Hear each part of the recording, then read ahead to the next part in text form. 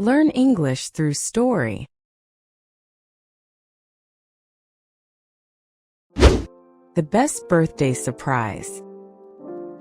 Lena had been looking forward to her birthday for weeks. Every year, her parents threw her a small party with cake, balloons, and her favorite snacks. But this year felt different. Her parents seemed busy, and whenever she brought up her birthday, they just smiled and changed the subject. On the morning of her birthday, she woke up expecting decorations or a special breakfast, but everything seemed normal. Her parents wished her a simple happy birthday before rushing off to work. Lena felt a little disappointed. Did they forget? She wondered. School. Her friends acted normal too. No one mentioned her birthday.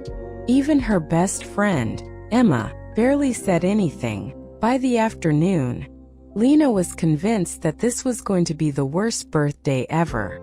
When she got home, she sighed and opened the front door, only to hear a loud surprise. The living room was filled with balloons, dreamers, and all her friends and family. There was a giant cake on the table, and her favorite song was playing. "You thought we forgot, didn't you?" Emma laughed. Lena's parents hugged her. "We wanted to make it extra special this year," her mom said, "so we planned a surprise party." Lena couldn't stop smiling. It turned out to be the best birthday she ever had. The Lantern Festival magic. Leo had lived in Taiwan for a year, but he had never experienced the famous Lantern Festival. So when his friend Chun invited him to the celebrations, he eagerly said yes. On the night of the festival, Leo arrived at the park. Amazed by the sight, hundreds of glowing lanterns floated in the sky like tiny stars. People were writing wishes on their lanterns before releasing them into the air. "Here," Chun said, handing Leo a lantern and a marker. "Write your wish." Leo thought for a moment. He had always wanted to travel the world.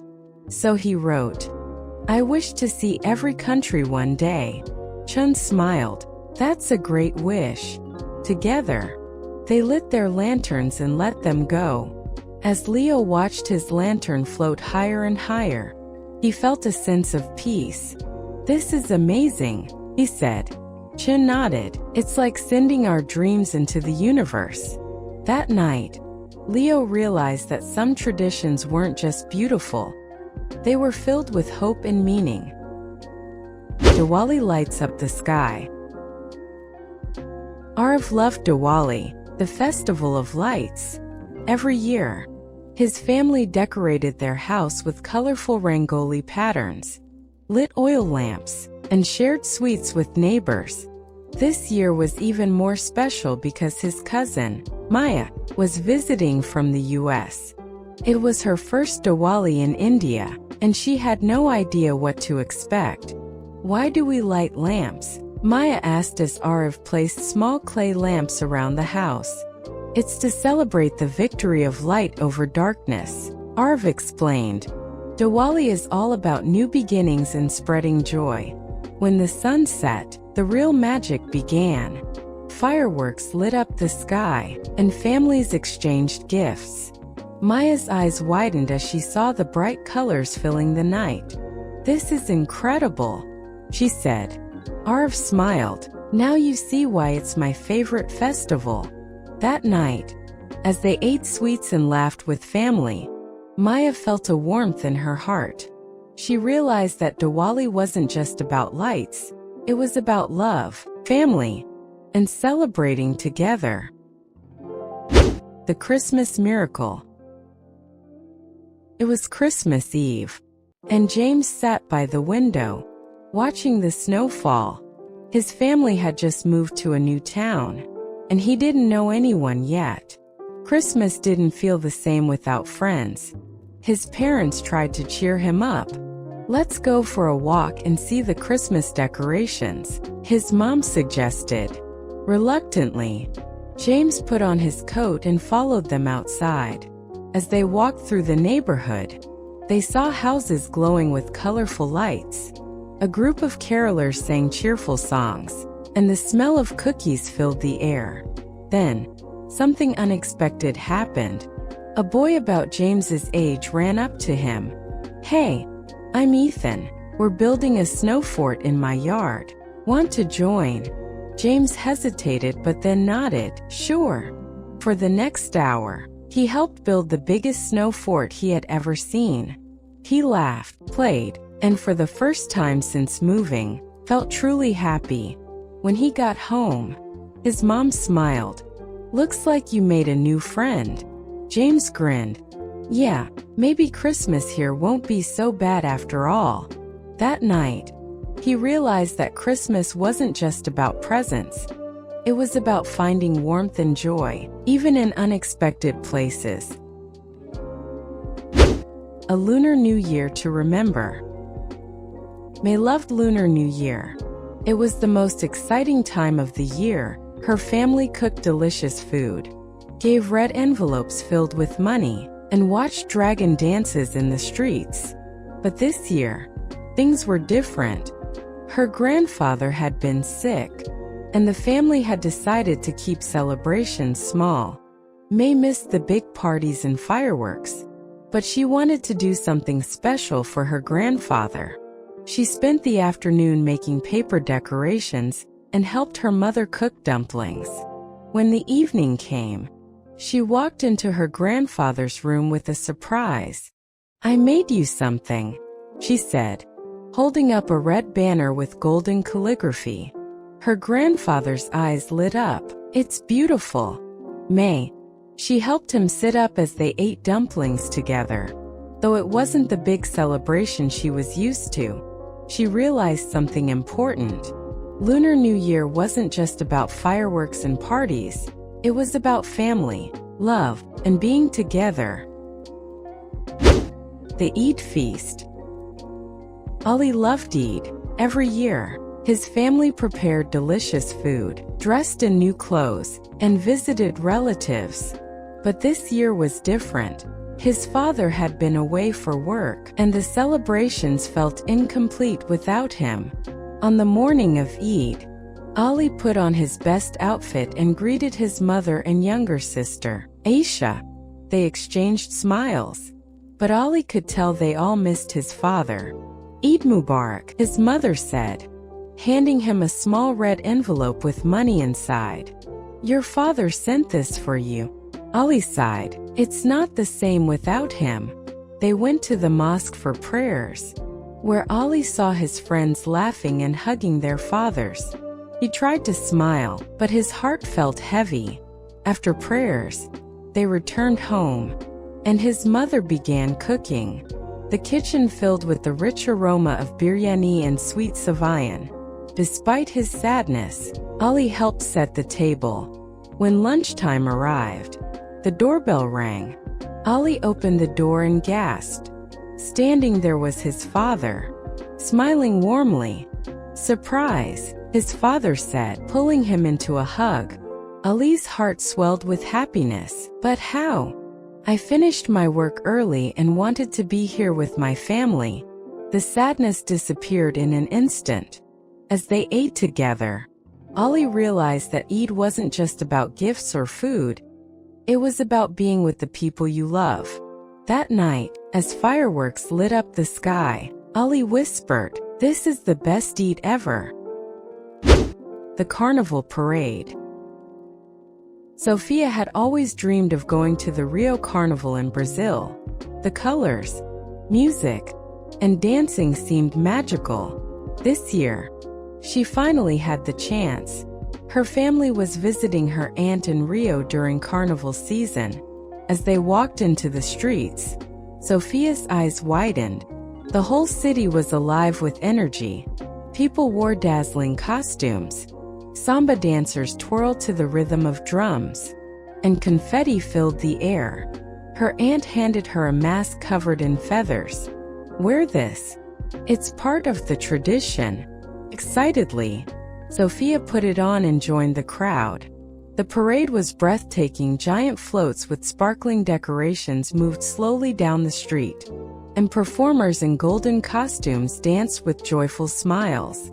Suddenly, a young girl around Sophia's age tripped and fell in front of the parade. Sophia rushed to help her. "Are you okay?" she asked, offering her hand. The girl nodded, smiling. "Thank you. My name is Camila." They started talking and discovered they had a lot in common. Sophia learned that Camila's family had been part of the carnival for generations, and Camila explained the meaning behind the costumes and dances. By the end of the night, Sophia felt more connected to the culture than ever before. She realized that carnival wasn't just about the music and costumes, it was about community, celebration, and bringing people together. As they watched the fireworks explode over the city, Camila grinned. "Will you come back next year?" Sophia smiled. "Definitely." The Hanami Picnic. Yuki looked forward to Hanami every spring, the Japanese tradition of viewing cherry blossoms. Her family had a tradition of having a picnic under the trees, surrounded by the soft pink petals.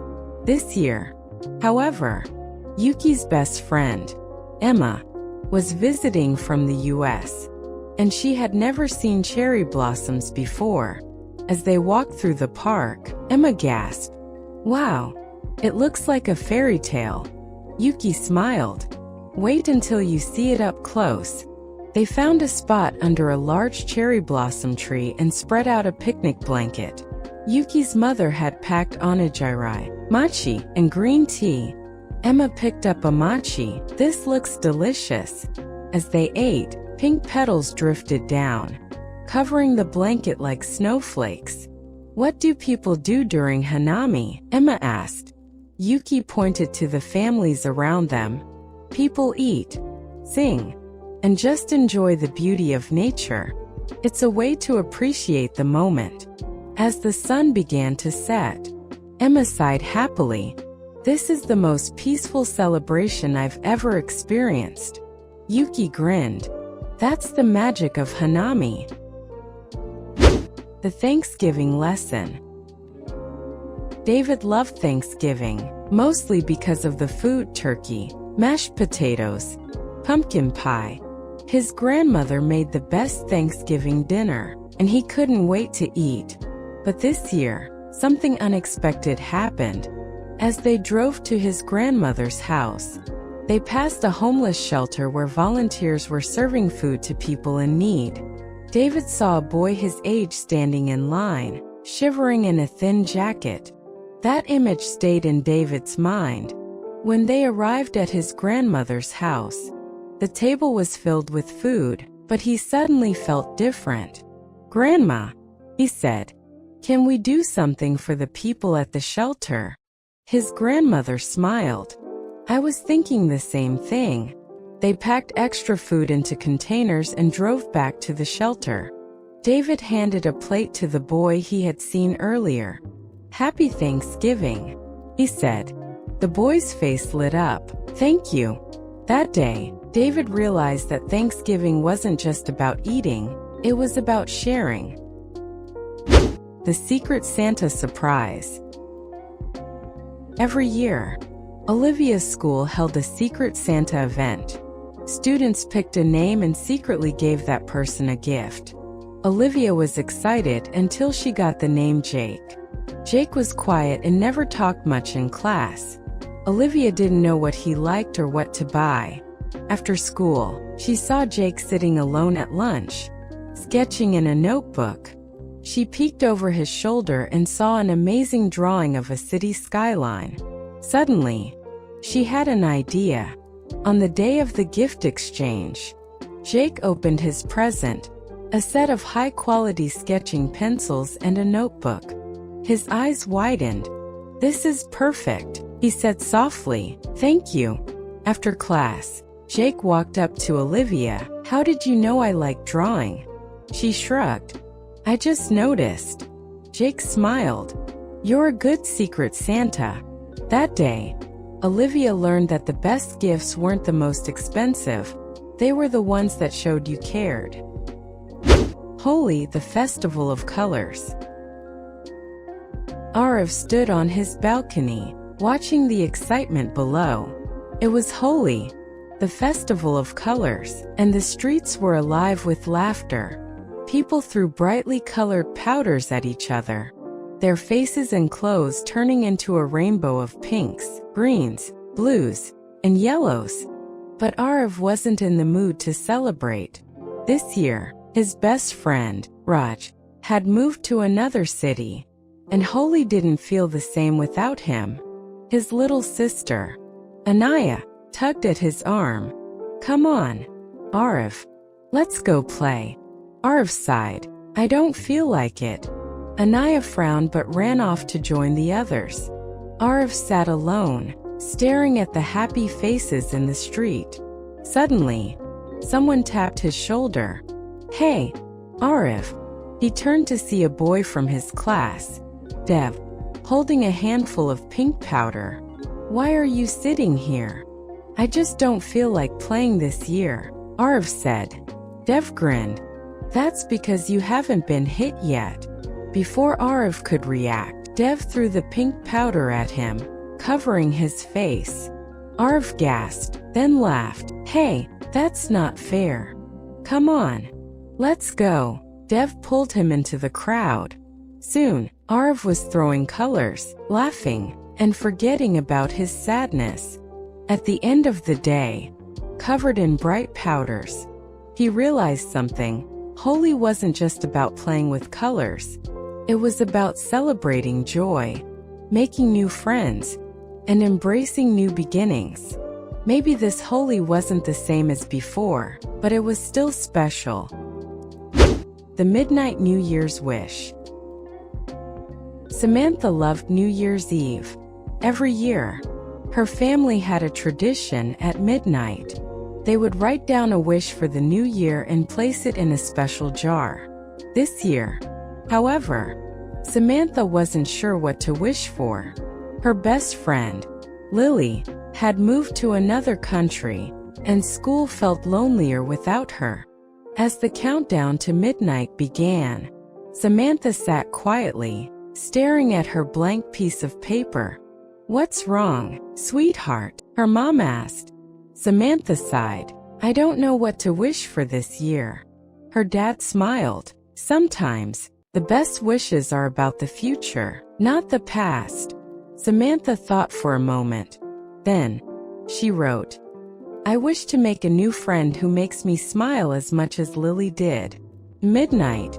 She placed her wish in the jar and joined her family outside to watch the fireworks. A few days later, school. A new girl named Emily joined her class. She looked nervous, sitting alone at lunch. Samantha hesitated, then remembered her wish. Taking a deep breath, she walked over. "Hey, I'm Samantha. Want to sit with me?" Emily's face lit up. "Really? Thanks." As they talked, Samantha realized something. Sometimes, wishes come true in unexpected ways. The Moon Festival Reunion. Ethan had lived in China for 6 months, and today was the Mid-Autumn Festival, also known as the Moon Festival. His friend, Li Wei, had invited him to his family's celebration, and Ethan was excited but nervous. When he arrived at Li Wei's house, he was welcomed with warm smiles. The table was filled with delicious food, duck, noodles, and, of course, mooncakes. "What's the story behind this festival?" Ethan asked as they sat in the courtyard. Li Wei's grandmother smiled. "It's about family and reunion. Long ago, a woman named Chang'e drank a potion and floated to the moon. Every year, during the full moon, people celebrate by gathering with their loved ones. As the night sky darkened, everyone went outside to admire the bright full moon." Ethan took a bite of his mooncake and looked around. Even though he was far from home, he felt warm inside. That night, He realized that celebrations weren't just about traditions, they were about feeling connected, no matter where you are. The Day of the Dead celebration. Diego watched as his grandmother carefully arranged the ofrenda, an altar covered with photos, candles, and colorful marigold flowers. It was Dia de los Muertos, the Day of the Dead, a time when families in Mexico honored their loved ones who had passed away. "Abuela, why do we do this?" Diego asked. His grandmother smiled. "Because we never truly lose the people we love. We remember them, celebrate them, and keep them in our hearts."